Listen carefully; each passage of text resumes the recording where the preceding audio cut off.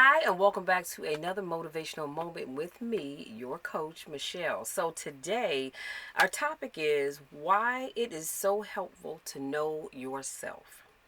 So, the only person who travels with you throughout your entire life, outside of God now, is you. Okay? Outside of God, you travel with you every day. Every day that you wake up, it's just you and God. But in the physical form, it's just you. So, this is why it is so important that you take time to really get to know who you are. See, I know who I am, but I'm telling people today, find the time to figure out who you really are. Now, I'm not talking about who people say you are. I'm not talking about who you think you are. I'm talking about who you truly are. So, the three most important reasons for self knowledge are this: number one, self love.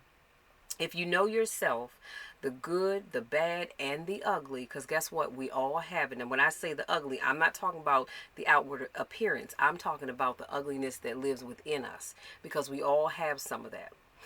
Don't tell me that you don't, because I know you do. You can start to accept who you are exactly as you are. Let me put a pin right here.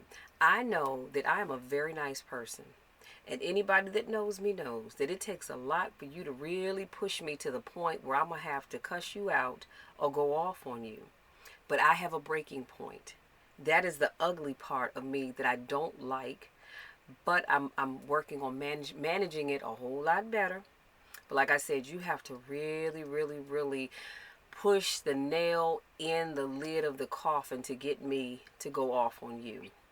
Trust and believe you've done something really bad, or I've had it up to here and I just can't take it anymore. But again, that's that ugly side of me that I don't like, but I have been working on for the past few years. And some days, I'm not even gonna lie to you, I'm like, you know what, I don't care. Come for me if you choose, and I didn't send for you.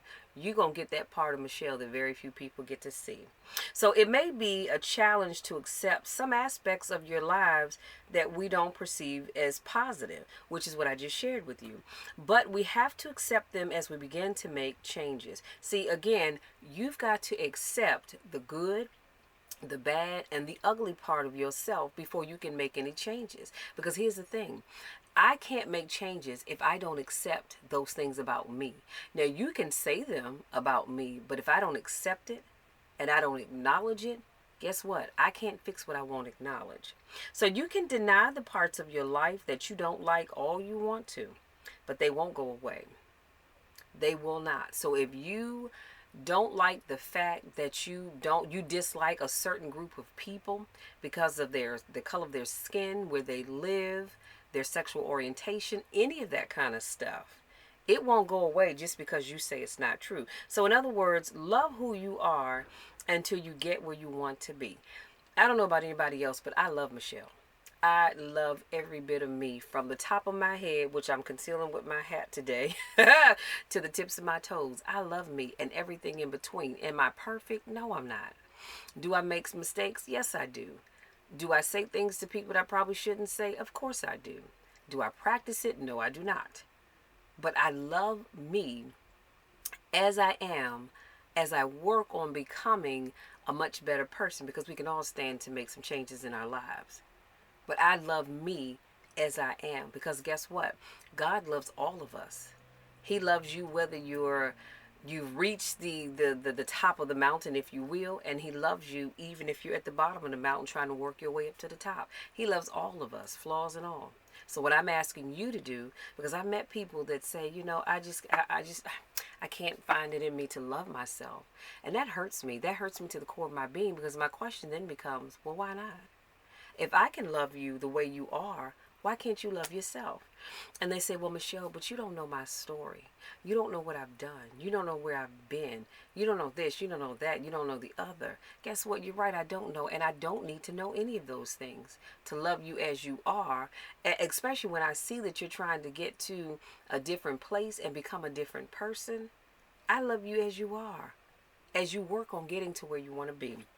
Number two, independence. Self-knowledge makes you independent of the opinions of other people. Can I just say this? My hand is raised. Can I say this? Again, I love me, flaws and all.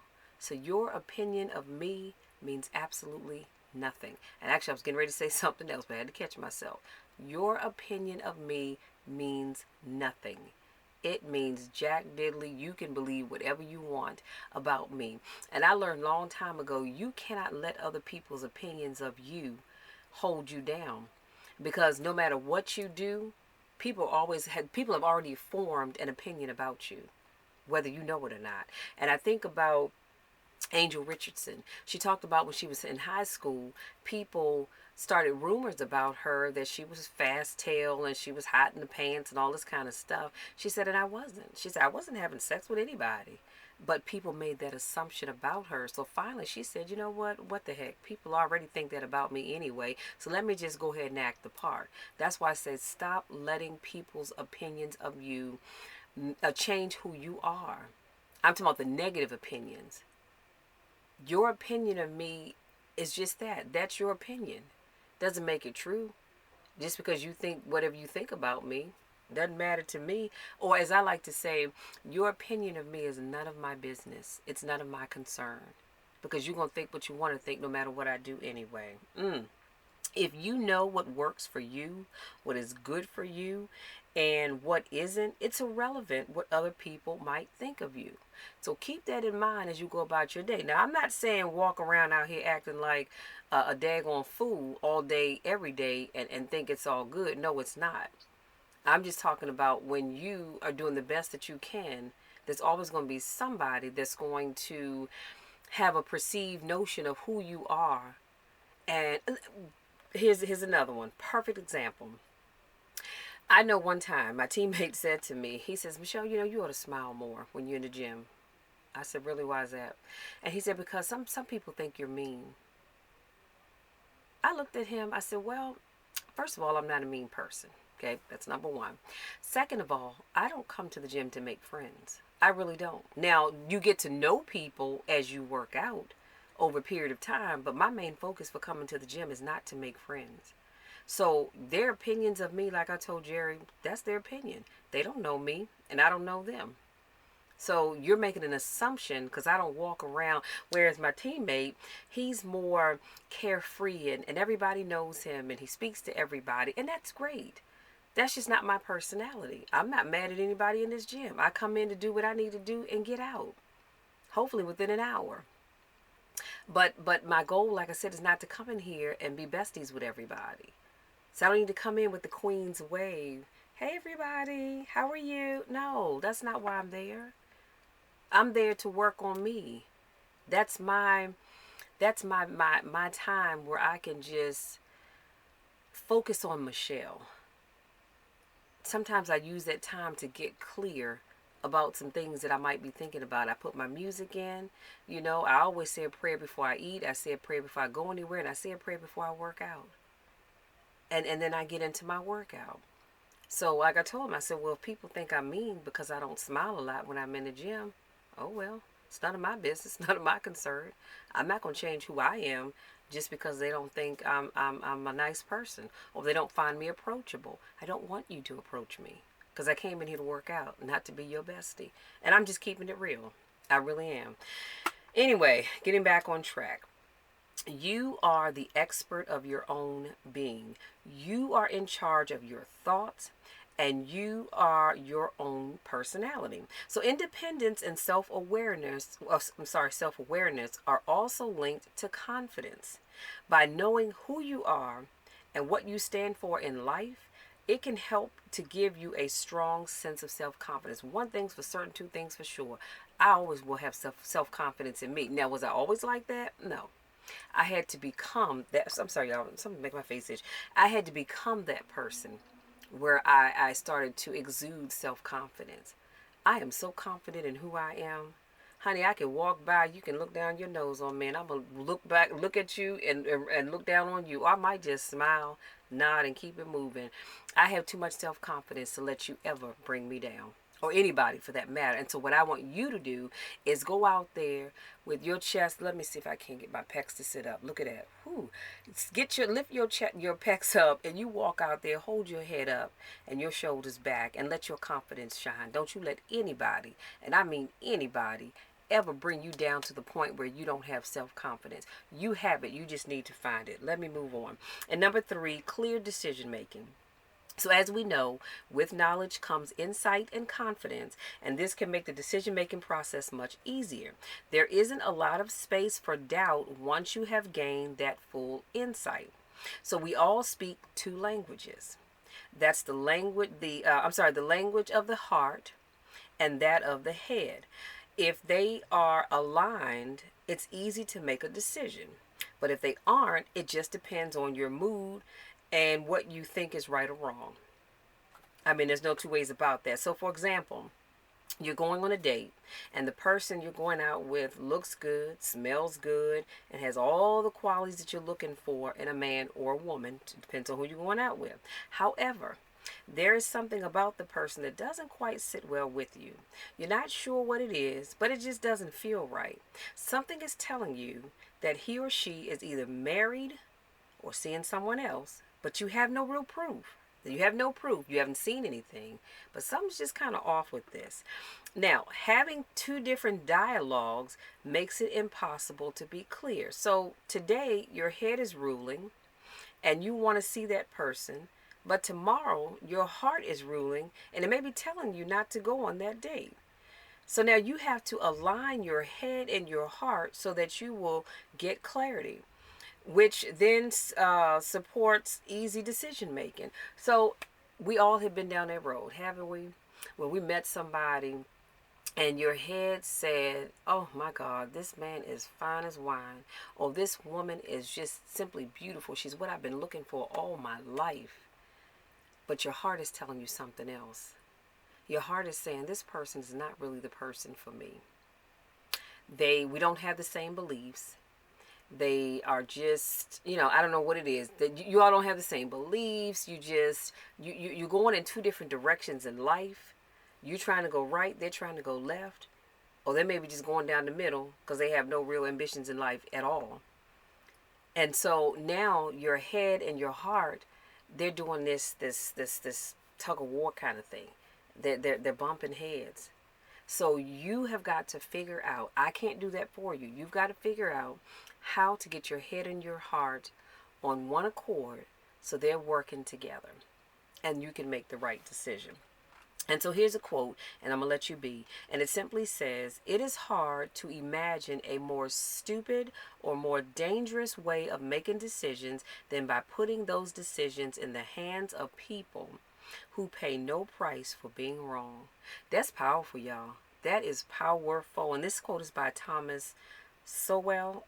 I'm not sure how to pronounce the last name, but I'm going to make sure I put this in the description box because this is a powerful quote. And I want y'all to think about that.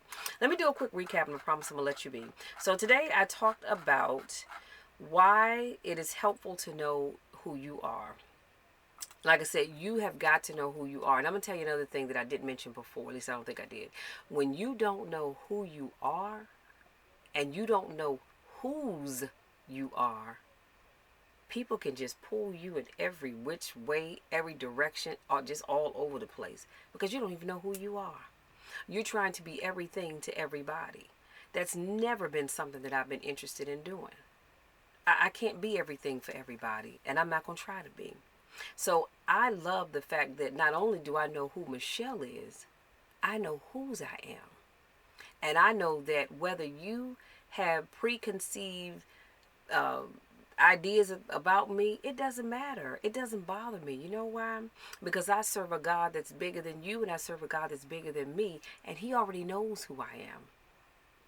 He knows how I think, how I move, all of that good stuff. So I don't need to worry about what you think.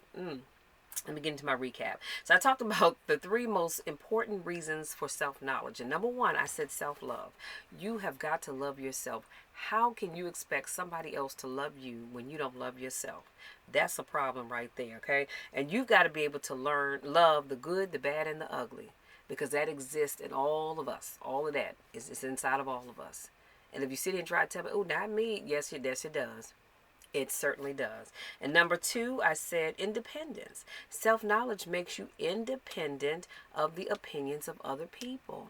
Stop sitting around worrying about or thinking about what other people think about you. Now, let me say this. To a certain extent, You should care about what people think about you. And I say that because sometimes, if people think that I am a selfish person, that would bother me because I'm not a selfish person at all. Something like that. Now, it's not going to bother me to the point where I'm just going to walk around and oh my God, they think I'm a selfish person. No, I'm not going to do all of that. But it may cause me, not may, it would cause me to look at my life and say, okay, Michelle, why do they think you're selfish? Is it something that you're saying? Is it something that you're doing? And sometimes you do have to look at yourself to see, oh, okay, I see why they think that. Well, let me fix that because that's not me at all.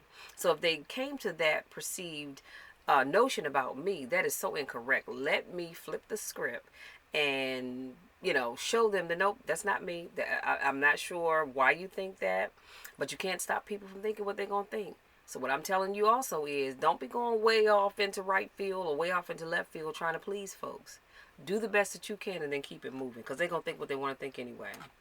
And number two, number two was independence. Self-knowledge makes you, oh, I'm sorry, I already said that one. Number three, clear decision making. You've got to be clear on your decisions. Do you know there are so many people in jail right now because their head told them one thing, their heart told them something different, and the two never did line up, so they got involved with the wrong person and they made some bad decisions and they're behind bars right now because of that. And sadly, some of those people are 6 feet under because they didn't have clear decision making skills. So it is so important that be clear about what it is that your heart wants and your head wants, and be on one accord with that because it can be a life-saving thing for you. And then lastly, the quote that I shared with you, which was, it is hard to imagine a more stupid or more dangerous way of making decisions than by putting those decisions in the hands of people who pay no price for being wrong. Ooh, Lord, that's deep. I'm going to put that in the description box. Make sure y'all save that because that is powerful. You have someone who doesn't pay a price for being wrong, but you're going to leave the decision making up to them. Honey, you better think twice. That's all I have, you guys. That's all I have. Thank you for giving me just a little bit of your time. And I hope this helps you to better understand who you are in this journey in your life. Like I said, you're not going to figure that out necessarily overnight, but it's something that you all need to work on. Because again, if you don't know who you are, people can be pulling you every which way and you just going to go because you don't even know who you are. That's all I have, you guys. Thank you so much to my newest subscribers. Thank you so much to those of you that continue to support me and all that I do. I love each and every one of you to the moon and back. Y'all know the drill. You know my spiel. There's nothing you can do about it. Honey, there is nothing you can do about that at all because I'm going to love you no matter what. I'm going to love you when you're going up. I'm going to love you when you're coming down. I'm going to love you when you're going in, and I'm going to love you when you're coming out. Most importantly, I'm going to love you when nobody else even likes you. And you can take that to the bank, and that's a promise that will never change.